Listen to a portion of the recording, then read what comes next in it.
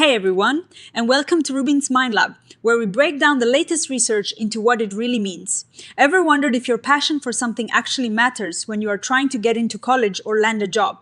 This new study dives into that exact question and uncovers some surprising cultural differences. We all hear it, right? Follow your passion. It is a huge part of how we think about success, especially in places like the United States.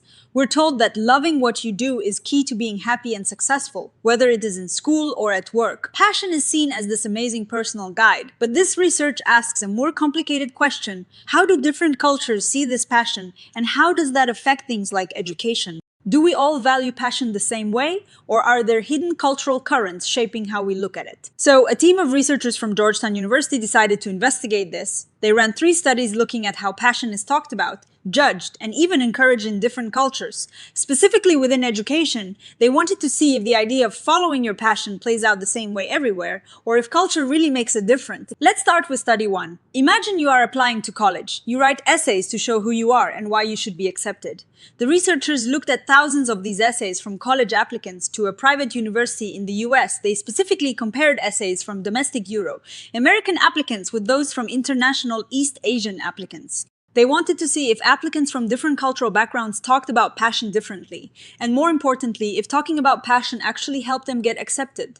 They used a clever text analysis tool, similar to how computers read and understand words, to count how many times words like passion and its synonyms showed up. And here is what they found: the Euro-American applicants used the word passion and related words much more often than the East Asian applicants. This fits with the idea that in individualistic cultures like the US, people tend to highlight internal feelings and personal drive. But here is the really surprising part. While the East Asian applicants talked about passion less, and the Euro-American applicants talked about it more, mentioning passion in your essay didn't actually help you get accepted. In fact, when it came to talking about yourself, mentioning passion actually seemed to slightly hurt your chances of admission. That is totally unexpected. Right? You'd think in a culture that values passion so much, talking about it would be a good thing for college applications.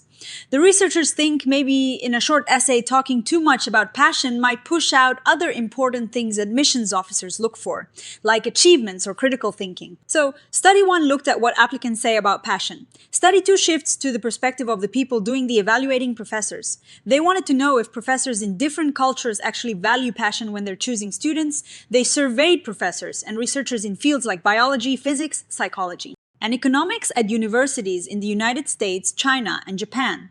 They presented these professors with a list of 12 qualities and asked them to rank them in order of importance when selecting a student for a graduate position. And this is where things get really interesting. The professors in China and Japan ranked passion as the #1 most important quality when evaluating students. It was the top criterion for them. Now, what about the US professors? They ranked passion way down at 6th place.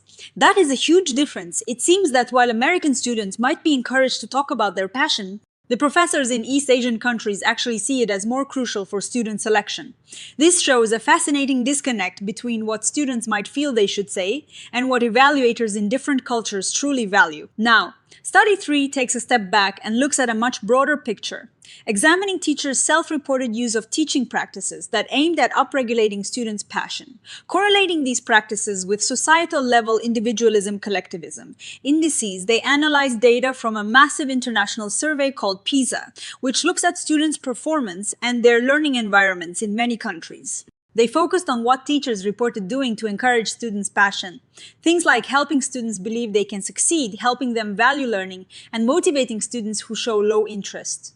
They then compared this to how individualistic or collectivistic a society is, using a well-known measure. And guess what they found? That in more individualistic countries, teachers were less likely to report actively trying to boost their students' passion. On the other hand, in more collectivistic countries, teachers seem to be doing more to nurture student passion, looking at things like self-belief, valuing learning and interest. This is a big deal because it suggests that the active encouragement of passion might be more prevalent in cultures that are less individualistic. So what does all this mean put together? These studies paint a really complex picture of passion in education across different cultures. Study 1 showed that US applicants talk more about passion, but it didn't help them get accepted and actually might have hurt. Study 2 revealed that professors in China and Japan actually value passion more as an evaluation criterion than professors in the US, and Study 3 found that teachers in less individualistic societies are more likely to actively promote passion in their students. The researchers propose a couple of big ideas here. First, there might be a gap between how useful passion actually is and how much people think it is valuable, even if passion is good for student performance in individualistic places. That doesn't mean it is always seen as the most important thing when choosing someone or encouraging them. Instead, what people perceive as valuable might actually drive behavior more than its real-world effectiveness. Second, this research makes us rethink our models of motivation. In collectivistic cultures, where people are often motivated by duty and social expectations, passion might offer a different kind of value. It is like a complementary force that adds to the picture. The researchers suggest a dual motivational framework in individualistic societies. Passion might be the primary driver, but in collectivistic societies, passion might work alongside other motivators like duty.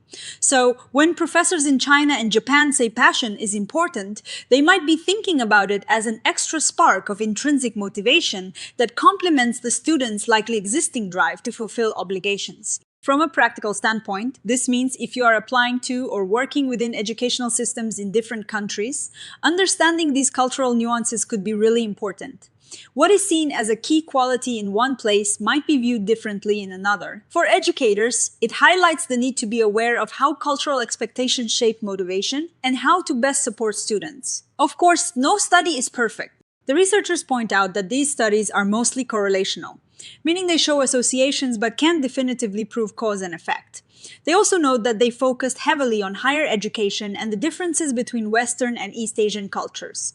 Future research could look at workplaces, other educational levels, and a wider range of cultures to see if these patterns hold up. They also want to dig deeper into why these differences exist. But for now, this research is a fantastic reminder that what we value and how we encourage it is deeply shaped by our culture.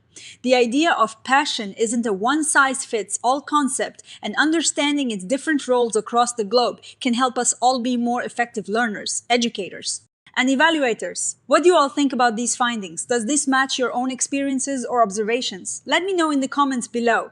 And if you found this breakdown helpful, please give this video a thumbs up, subscribe to RUBIN'S Mind Lab for more science insights, and hit that notification bell so you don't miss our next exploration into the fascinating world of psychology.